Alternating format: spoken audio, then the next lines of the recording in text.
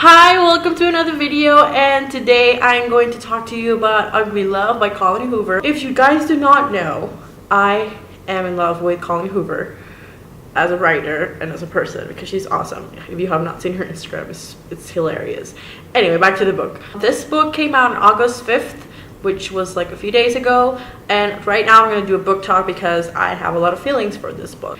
This book follows a girl named Tate who just recently moved to San Francisco with her brother, and well, while there she meets this guy named Miles. Basically is something starts with them and it's heart-wrenching and it's just so powerful, and that's all I'm gonna tell you about because I'm gonna go into spoilers. And if you have not read this book, I'll see you next time or whatever, because there's gonna be spoilers and probably a few tears. Hopefully there won't be tears because it will ruin my makeup and it will be a mess. Yeah, this book is so beautiful reading. I am in love the way she describes emotion of this character, but it's just, I don't even have words to describe. Right at the back, the character of Tate is really like centered on her career, of what she wants and who she is, and it's kind of different to see this in a lot of contemporary adult books, where because usually the girl is the one that has like all this past that she's hiding, but then comes the boy who, you know, like kind of brings her out of her shell. But in this book is very different because in this book she is self-driven, she's determined, she's strong, and the person that kind of changes her in a way is Miles, because Miles is the one that's mysterious, who has all these secrets, who doesn't want to be attached to anyone whatsoever. And it's just I don't know, there's just right at the back, you know, they say that they're attracted to each other, that they don't want anything to attach themselves with, like they don't want a relationship or whatever. But Tate starts to realize once they start best like friends with benefits relationship that she is caught wanting more in the process, but kind of denies it in a way. Best like friends with benefits relationship that she is caught wanting more in the process, but kind of denies it in a way. We have in this book, there's two points of view. There's Tate's point of view and then there's Miles' point of view. But in Miles' point of view is like 6 years ago. So it's kind of like digging into the past of this character and why he's the way he is. We found out that he was in love with a girl named Rachel. And this girl, Rachel, they had a really complicated relationship and a really rough start because her mother was Miles' father's girlfriend, and they got married and now they were stepbrothers. So it was really awkward. At first, I was just like, what is going on? Like, how is this even possible? But they made it work somehow, and you know, they were just teenagers. I mean, well, teenagers going out of high school kind of thing. But it was just really weird for me to read like on that perspective for some reason. But there was nothing wrong with it. Trust me, there was nothing wrong with it. It was just kind of weird for me, or like kind of just shocker. But well, this girl Rachel gets pregnant, and then makes me think of, oh, something happened with the baby. And then I had to stop reading because I'm just going through scenarios in my head, like what went wrong. Because at the very beginning, the way Miles and Tate meet is that he is in her brother's apartment couch crying, saying, "I'm sorry, Rachel, I'm sorry." And I'm just like, okay, did she die? I mean, I kind of knew that she might be like a lover or a past girlfriend or whatever. But it was just like, now that I was reading Miles' point of view, it's like, oh, now I'm getting it. And the most interesting part about Miles' point of view, it's not that it's like 6 years ago point of view Miles. It's because he starts writing poetry. Like his point of view, like his whole point of view is poetry. And it's just so damn beautiful because you get this feeling or perspective, or that Miles is in love with Rachel and he loves this person so much. And it's really poetic in a way that, I don't know, it gives me more of a feeling of what Miles felt 6 years ago. And it was just pretty amazing to me. in that sense. So thank you, Colleen Hoover. But then the way that Colleen Hoover writes altogether is just amazing. Like, I can picture everything in my mind, the emotions, the characters, what they're feeling in the moment. It's just so overwhelming at times, and you just have to stop to read because it's just like, whoa, what the hell. Then I'm gonna get to one of my favorite parts. One of my favorite parts, I think, is it's not about the sex. I mean, obviously the sex is pretty descriptive here, but in a sense that it's beautiful at the same time, and it's not just, you know, like really hard on. I don't even know what I'm doing, but it's just really beautiful, and I really love the way Colleen Hoover writes, the way she writes, because it's not something like raw. It's just, I don't even know how to say it, but I think you get it. If not, I don't know if I'm going to try to rephrase it, but yeah, whatever. But this book is just so unbelievably beautiful. And then we find out that Miles, Rachel, and their baby, they suffer an accident. They go through someone idiot, I think. I'm not even sure, because I think I was crying at this point, because I knew something was going to go wrong. Someone sidetracked them, and they ran off the road, and they landed on a lake. And basically, Miles is trying to get to Rachel, to Clayton. Clayton, by the way, is their baby. And he saves Rachel, but he doesn't save Clayton. And basically, Rachel blamed Miles for Clayton's death. And he blames himself because now he just didn't lose his son. He lost Rachel. And at that point, I was just a sobbing mess.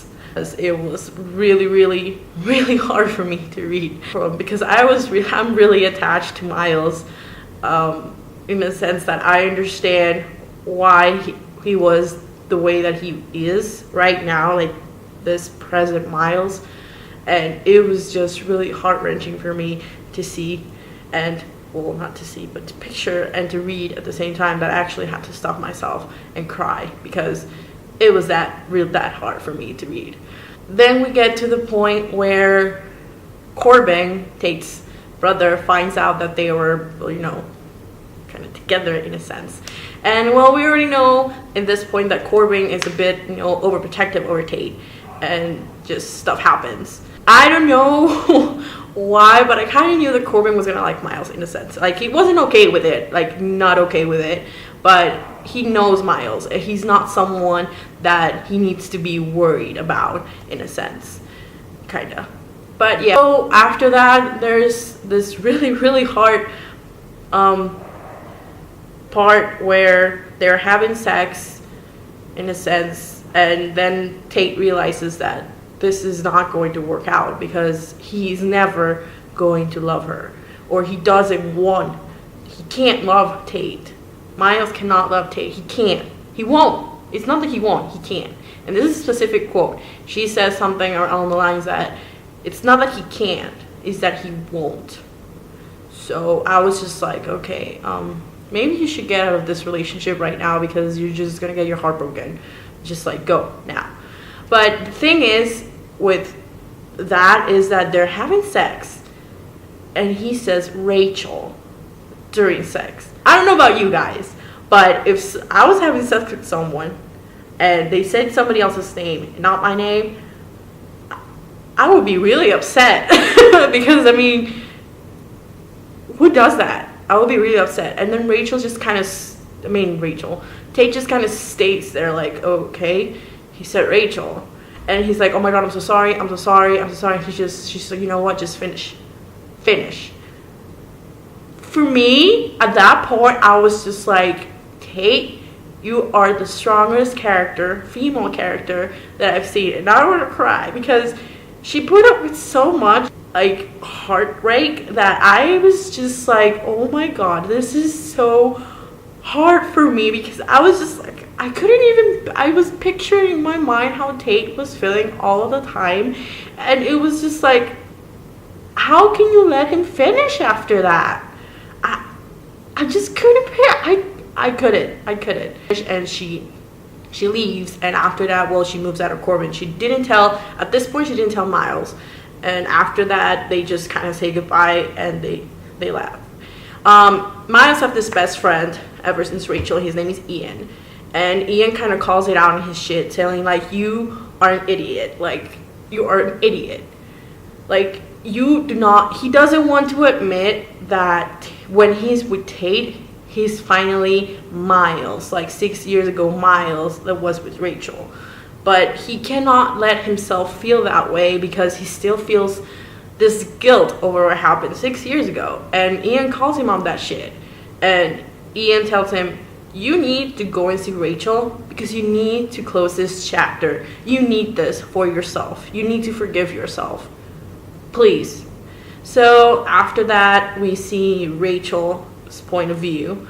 And then we see that she's with someone else. And she has a daughter with this someone else. And that's what Rachel tells Miles. That's what Rachel tells Miles. That it was hard at the beginning. That it's not that he didn't think of him, that he ruined her or whatever. It's just that at that point, how do you actually get yourself to think that it's not his fault?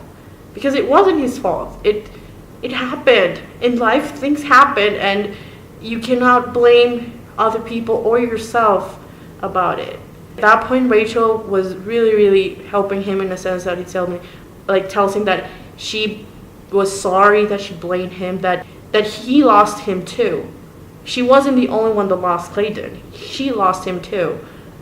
And he said that when he was with Brad, his new partner or boyfriend or whatever, he made her happy. There was a point in her that she cried, but not tears of sadness, but of happiness, because she was alive and she was sharing her life with someone, and that someone helped her overcome this overwhelming sadness, and everything just seemed worth it. And he kind of says to Miles, like, you know what, if she's worth it, if she makes you happy, and if you love her, go for it. If she is the one that makes you whole, go for it. And at that point, Miles is just like, thank you, and I'm so proud of you. And I was just a mess. By the end of this book, Miles goes and kind of, goes sees her. He's laying there on her front door, and she's just stunned that he's there. He's like, can I go to the bathroom? And I'm just like, of course. So he goes into the bathroom, and then he comes back, and he tells her that he misses her. Before that she told him, like, the first thing you do is come to see me, so you must miss me. And he kind of recoiled at that. He's like, she told him that you are allowed to miss me. It's not a commitment. You're just telling me that you miss me, and that's it. But he doesn't want to admit that, because admitting him that he misses her is him admitting that he cares and that he wants more of a future with her. He tells her that he misses her, and she's just like, tell me again. And then she just goes into this whole, I miss you, I want a future with you, I'm not ready to tell you what happened, but I'm telling you now that before this I had a son and he died, but I'm not ready to talk to you about him. And he's just trying to tell her, in a sense, for her to like get her through her head that it's not that he doesn't want to, is that he's having a hard time because it's been 6 years since he has had feelings for someone besides Rachel, and he cannot help himself now because he feels this for her. And I'm a mess at that point, and it's just beautiful. Blah. So basically they have a happily type of ever after in a way, and this book is just so beautiful to me. Thank you, Colleen Hoover. And if you've read this book, please tell me what you think. What are your favorite parts? Please like and subscribe, and I'll see you guys next time. Bye.